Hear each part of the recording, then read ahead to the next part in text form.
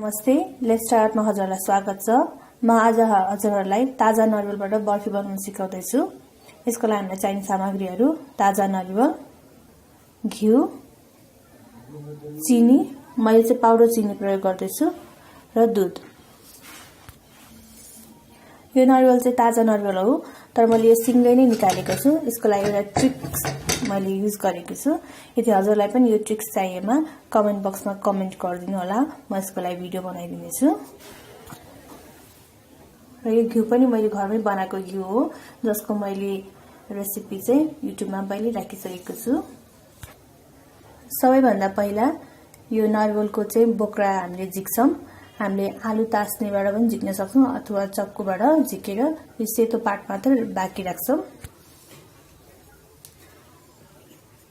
यसलाई चाहिँ हामीले यसरी तासेर झिक्छौँ।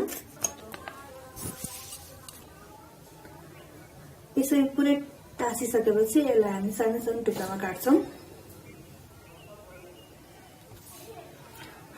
एकचोटि यसरी सफा हुने गरी पखालेर अब हामी काट्छौँ।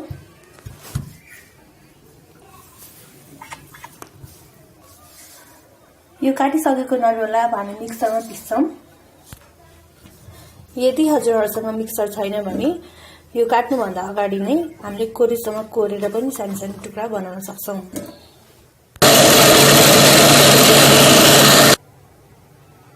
अब हाम्रो नरिवल पिसेर तयार भएको छ। अब हामी एउटा प्यान पसाल्छौँ। प्यान तातिसकेको छ। यसमा अब हामी बनाएको नरिवलको धुलो हाल्छौँ।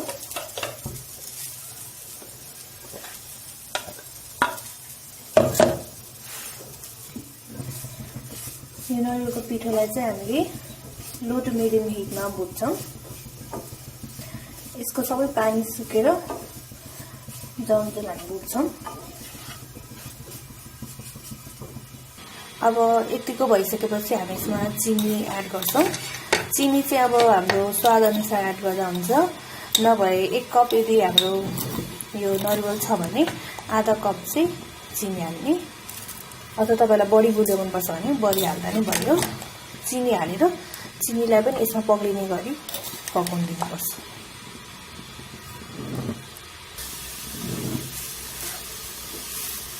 चिनी र यो नरिवल राम्रोसँग मिक्स भइसकेपछि यसमा 1 चम्चा गरी घिउ थपिने।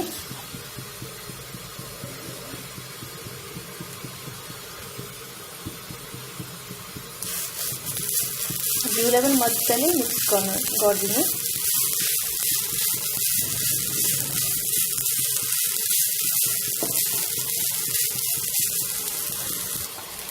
अब यतिको भइसकेपछि चाहिँ यदि तपाईँहरूलाई मनपर्छ भने यसमा चाहिँ सुकमेलको धुलो पनि थप्न सक्नुहुन्छ। यो चाहिँ एकदम अप्सनल हो। सुकमेलको धुलोले चाहिँ हामीलाई बास्नाको लागि र स्वादको लागि चाहिँ काम गर्छ। र साथै अब भ्यानिला एसेन्स अथवा कुनै एसेन्सहरू तपाईँहरूलाई स्वादको लागि थप्न मन लाग्छ भने थप्दा हुन्छ। त्यो पनि अप्सनल हो। म चाहिँ आज केही पनि नराखिकन बनाउँदैछु। अब हाम्रो घिउ पग्लेर सबै नरिवलसँग मिक्स भइसकेपछि चाहिँ यसमा चाहिँ अब हामीले दुध थप्छौँ। दुध चाहिँ अब 1 कप हामीले अघि नरिवलको धुलो लिएको छ भने आधा कप दुध थप्छौँ। थोरै गरेर थप्छौँ।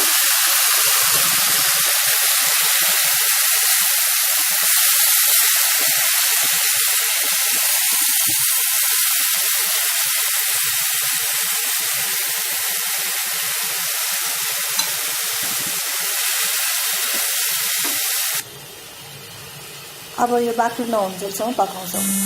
अब हामी बर्फी राख्ने प्लेट तयार गर्छौँ। यसको लागि चाहिँ प्लेट लिने र यसमा औँलामा थोरै घिउ राखेर सबैतिर दल्दिने। अब हाम्रो बर्फी रेडी भएको छ। अब यसलाई हामी यो थालमा खनाउँछौँ। यसमा मैले अघि नै घिउ राखेर कोट गरिसकेको छु। सेट हुनलाई यसरी राखिदिने।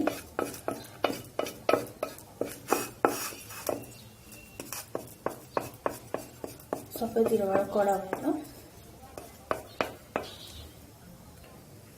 फेरि तपाईँहरूलाई मनपर्छ भने यसमा काजु, पिस्ता, बदाम जेले चलाए नि भयो, नभए यतिकै राख्दा नि भयो। र फ्रिजमा स्टोर गरेर राख्ने। चिसो भइसकेपछि चाहिँ यसले आफ्नो सेप लिन्छ र मजाले आफूलाई कुन सेप मनपर्छ त्यसरी काट्ने। मैले चाहिँ थोरै पिस्ता र बदाम सजाउन लागेकी छु।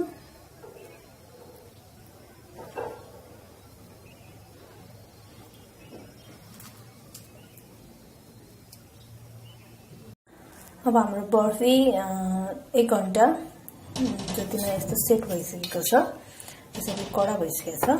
अब यसलाई हामीले आफूलाई कस्तो सेपमा मनपर्छ त्यस्तो सेपमा काटेर स्टोर गर्न सक्छौँ। हेर्नुहोस् त हाम्रो बर्फी काट्दाखेरि यस्तो भन्छ।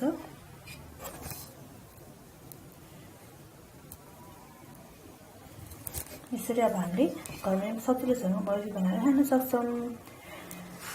यो रेसिपी मन परेमा लाइक, सब्सक्राइब अनि कमेन्ट गर्न नभुल्दिनु होला। आजको लागि यति नै।